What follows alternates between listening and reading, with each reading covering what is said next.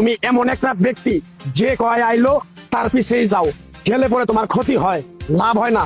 কথাটা ঠিক না ঠিক? ঠিক। ডাক করলা না, না। যখন তোমার কাছে টাকা পয়সা থাকে, এখন তোমার আপন বন্ধু বান্ধব, কাছের মা বাবা মা থাকে।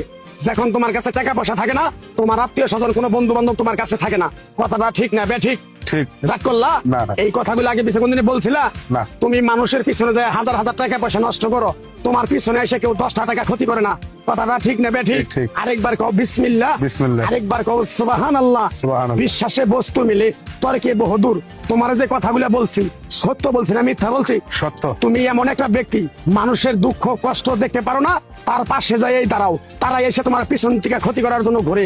কথাটা ঠিক না ঠিক? ঠিক। রাগ করলা? না। কিছুদিন আগে একটা বিপদে পড়ছিলা, অনেক বন্ধু বান্ধবের কাছে 10-20-50 হাজার টাকা হাওলা চাইছো, তারা তো ফোন করেই নেই, তোমার সাথে এখন যোগাযোগ বন্ধ করে দিছে। কথাটা ঠিক না ঠিক? ঠিক, ঠিক। রাগ করলা? না, না।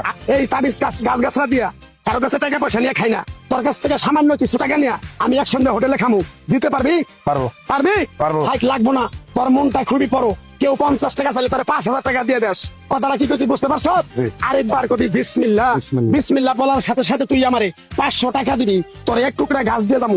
এই গাছটা তুই নিয়ম কারণ মাইনা ব্যবহার করবি, আল্লাহ তোরে মুক্তি করবো। কথাটা কি বুঝতে পারছ? জি। আরেকবার কবি বিসমিল্লাহ। বিসমিল্লাহ।